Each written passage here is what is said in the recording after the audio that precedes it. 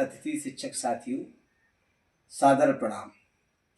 साथियों, गत दिनों से मैंने सोशल मीडिया के माध्यम से देखा, अभी अभी शाजापुर में जो अतिथि शिक्षकों की बैठक संपन्न हुई, उसमें अतिथि शिक्षकों ने एकता का संकेत दिया था। उसी कड़ी में कांग्रेस पार्टी के वरिष्ठ नेता आदरणीय दिग्विजय सिंह जी ने कहा है कि कांग्रेस पार्टी की सरकार आने पर अतिथि शिक्षकों को नियमित किया जाएगा।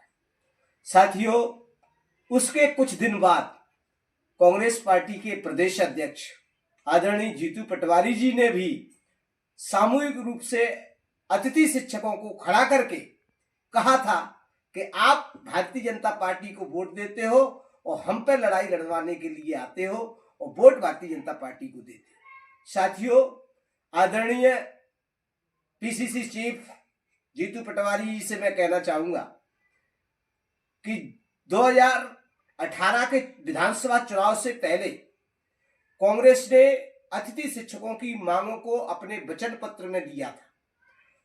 कांग्रेस के वरिष्ठ नेता हुआ करते थे आदरणीय ज्योतिरादित्य सिंधिया, उन्होंने ये कहा था कि कांग्रेस का वचन पत्र हमारा धर्म ग्रंथ है। जब कमलनाथ जी के नेतृत्व में मध्य प्रदेश में सरकार बनी तो सरकार से मिलने के लिए हमारे प्रदेश अध्यक्ष आदरणीय शंभूचरण दुबे जी कमलनाथ जी से मिले तो उन्होंने कहा वचन पत्र 5 साल का है, 2 दिन में काम नहीं होगा। हम लोगों ने ये बात स्वीकार की, ठीक है, ये सरकार हमारी जरूर सुनेगी और हमें एक पॉजिटिव उन्होंने आंसर दिया। उसके बाद सरकार ने एक कमेटी गठित की थी, कांग्रेस पार्टी की सरकार ने एक कमेटी गठित की थी, तो उसमें 3 सदस्यीय कमेटी आयोजित की गई और 3 महीने का उन्हें समय दिया था कि अतिथि शिक्षकों के बारे में निराकरण करके बताएं। चलिए, अतिथि शिक्षकों की समस्या का निराकरण करें। तो जब हम लोग कमेटी के सदस्यों के पास जाते थे तो कमेटी के सदस्य हम लोगों को धुतकार कर कहते थे कि पार्टी सरकार के पास पैसा नहीं है, ये है, सब हो जाएगा, हमने वचन पत्र लिया है तो हम करेंगे। बात कहने का तात्पर्य ये नहीं है कि आप लोग हमसे झूठ बोल रहे हैं, लेकिन जब आप लोगों की सरकार बनती है तब कांग्रेस पार्टी को पैसा की याद आ जाती है, सरकार कैसे चलाएंगे। तो मैं आदरणीय समस्त अतिथि शिक्षक एवं कांग्रेस पार्टी से कहना चाहता हूं कि आप लोग हमारा मुद्दा जरूर बनाते हैं, मैं इससे हृदय से आप लोगों को धन्यवाद देते हैं, लेकिन जब सरकार बन जाती है तब आप लोग हमारी सुनते नहीं, तब हमारी पीड़ा को देखते हैं। आदरणीय जीतू पटवारी जी ने यह भी कहा कि आप भाजपा को वोट देते हैं। 2023 के